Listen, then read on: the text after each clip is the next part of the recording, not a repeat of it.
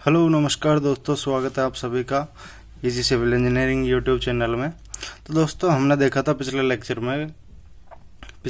में हमने देखा था कि स्पेसिफिक ग्रेविटी ऑफ सॉइल किस मेथड के थ्रू फाइंड आउट की जाती है और कैसे फाइंड आउट की जाती है। तो आज हम देखने वाले सेकंड प्रॉपर्टी वाटर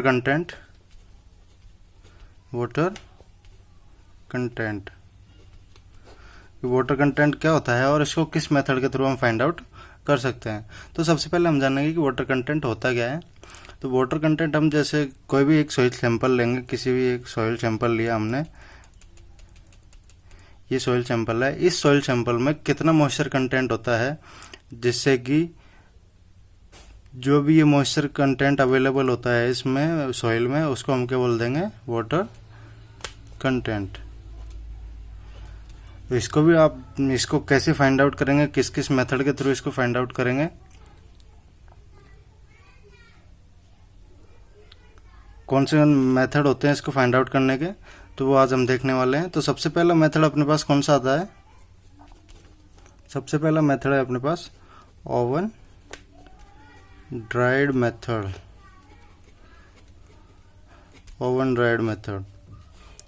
तो oven dried method is the method, ये बहुत ही ज़्यादा एक्यूरेट मेथड है, एक्यूरेट और सिंपल। ये सबसे ज़्यादा mostly used method oven dried method. तो इस ओवन ड्राइड मेथड में क्या होता है, हमारे पास एक ओवन होता है, ओवन, और जैसे कि हम एक हमारे पास बाउल होता है, छोटा सा बाउल, इस तरीके का बाउल होता है। इसमें हम सॉइल सैंपल लेते हैं और उसको 24 आवर्स तक ओवन में पुट करके रखते हैं 100 डिग्री सेंटीग्रेड पर। और उसके बाद में जो सॉइल सैंपल निकल के आता है उस सॉइल सैंपल को हम मेज़र कर लेते हैं, और जो मेज़र करने के बाद में जितना डिफरेंस आएगा उससे हम वाटर कंटेंट निकाल लेते हैं। तो सबसे पहले हमारे पास जो बाउल है, इसका वेट हमने ये कोई बाउल है, ये एम्प्टी वेट है, एम्प्टी बाउल, तो इसका वेट हमने कंसिडर कर लिया M1। और दूसरा ये कोई बाउल है, इसमें हमने सॉइल सैंपल पुट कर लिया, इसको क्या बोलेंगे हम, W2। और इसको जब हम 100 डिग्री सेंटीग्रेड पर 24 आवर्स के लिए ओवन में पुट कर देंगे हीट पे, तो जो हमारे पास लास्ट में बाउल में जो सॉइल सैंपल आएगा वो मॉइस्चर ख़त्म हो जाएगा उसका, और ओनली सॉलिड्स बचेंगे उसमें। तो उसको हम क्या देते हैं, W3 वेट नाम दे देते हैं उसको। तो यहाँ पर हम लिख सकते हैं W1 equals to weight of empty bowl, W2 weight of bowl plus moist soil sample. और W3 क्या आ गया अपने पास, जैसे ही हमने 100 डिग्री सेंटीग्रेड पर 24 आवर्स के लिए इसको गर्म किया या फिर हीट ट्रांसफ़र की इसमें, तो जो मॉइस्चर कंटेंट है वो तो बाहर निकल जाएगा। तो हमारे पास only weight of bowl plus weight of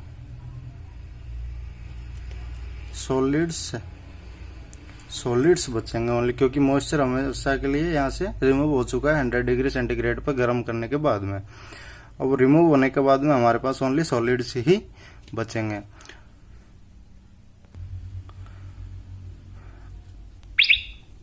अब सॉलिड्स मिलने के बाद में हमारे पास वाटर कंटेंट का क्या फॉर्मूला बन जाता है, W, वाटर कंटेंट को W से डिनोट करते हैं, W equals to W2 minus W3 upon में W3 माइनस W1। अब W2 माइनस W3 कैसे किया हमने, W2 माइनस W3 करेंगे तो वेट ऑफ बाउल से वेट ऑफ बाउल कैंसिल हो जाएगा, और मोस्ट सैंपल हमारे पास मोस्ट सैंपल में मॉइस्चर भी होता है और सॉलिड्स भी होते हैं, और वेट ऑफ सॉलिड्स में सॉलिड्स भी ओनली सॉलिड्स ही प्रेजेंट होंगे। तो यहाँ पे इससे हमारे पास क्या आ जाएगा, मॉइस्चर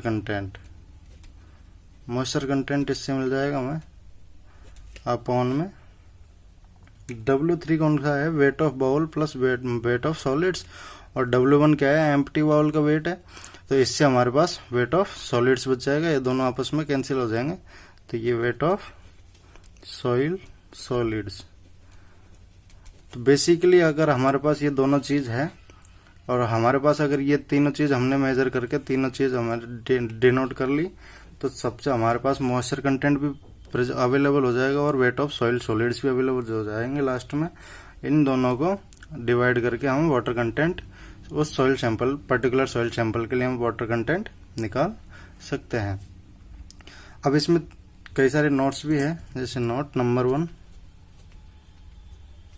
नोट 1 में क्या होगा, if the soil is inorganic, if soil is inorganic, तो इसमें टेम्परेचर हमेशा क्या लेंगे, देन टेम्परेचर कितना लेंगे, temperature will be greater than 105 degree centigrade. ये तो हमारे पास पहला नोट हो गया। अगर सॉइल सैंपल ही इनऑर्गेनिक सॉइल सैंपल हो तो टेम्परेचर हमेशा 105 डिग्री सेंटीग्रेड से मोर देन लेंगे। नोट नंबर 2,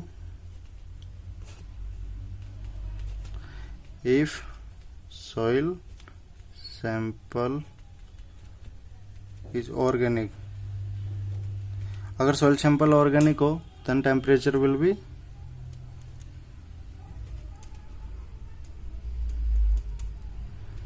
विल बी कितना हो जाएगा, हमेशा 60% से लेस देन 60 डिग्री सेंटीग्रेड से लेस देन होगा, ताकि ये ऑर्गेनिक मटेरियल होने के कारण इसमें कई सारे ऑर्गेनिक मैटर्स प्रेजेंट होते हैं और वो ऑर्गेनिक जब इसमें एयर्स के थ्रू कई सारे रिएक्शंस क्रिएट करने लगे, रिएक्शंस जनरेट हो जाती है और रिएक्शन जनरेट होने के कारण उसका ऑक्सीडेशन हो जाता है। टू प्रिवेंट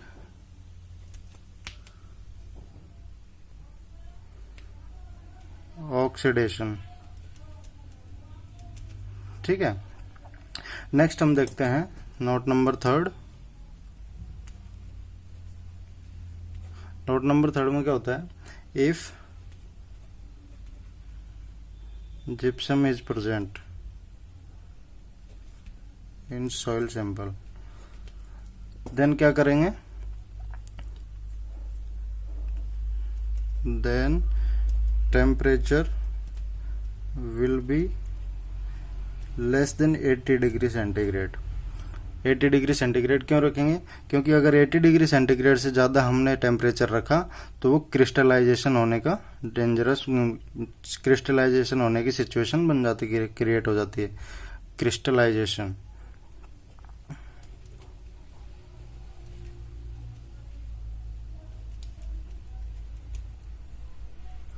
हमेशा लेस देन 80 डिग्री टेम्परेचर पे लेंगे अगर इसमें सॉइल में जिप्सम हमेशा प्रेजेंट हो तो, और क्योंकि 80 डिग्री से कम इसलिए लेंगे, अगर 80 डिग्री से हमने ज़्यादा टेम्परेचर ले लिया तो वो क्रिस्टलाइजेशन होने लग जाएगा या फिर soil sample large size particles में कन्वर्ट हो जाएगा। जैसे स्मॉल साइज पार्टिकल्स आपस में ऐड होके लार्ज साइज पार्टिकल बना लेंगे, इससे क्रिस्टलाइजेशन बोलते हैं। ठीक है दोस्तों, तो ये था हमारा पहला method, oven dried method, water content निकालने के लिए। तो दोस्तों अगला अपने पास टेस्ट होता है वाटर कंटेंट निकालने के लिए, जो है पिक्नोमीटर टेस्ट। तो पिक्नोमीटर टेस्ट में क्या होता है, हमारे पास एक बोतल होती है जिसका वॉल्यूम हम 500 ml लेके चलते हैं। ये कॉनिकल शेप में बोतल होती है, ये कॉनिकल शेप में, और ये जो होल है इसका डायमीटर हमेशा 6 mm डाया होता है। और ये जो कैप लगी हुई है ये वाली, ये कैप ब्रास मटेरियल की बनी हुई होती है और इसका वॉल्यूम हमेशा कांस्टेंट होता है 500 ml। तो इसमें हम सबसे पहले जो इसका एम्प्टी बोतल, तो दोस्तों हम सेकेंड टॉपिक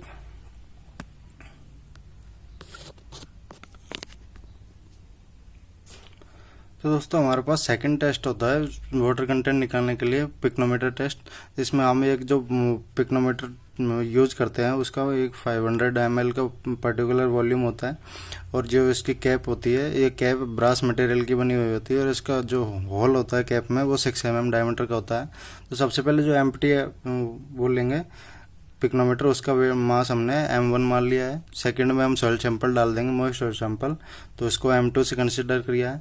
थर्ड में हम वाटर भी ऐड करेंगे और सॉइल सैंपल भी डाल देंगे, तो इसमें M3 ऐड कंसिडर करके चल रहे हैं। और फोर्थ में ओनली वाटर कंटेंट है, ओनली वाटर ऐड है उसमें पिक्नोमीटर में, तो इसको हम M4 से डिनोट करेंगे।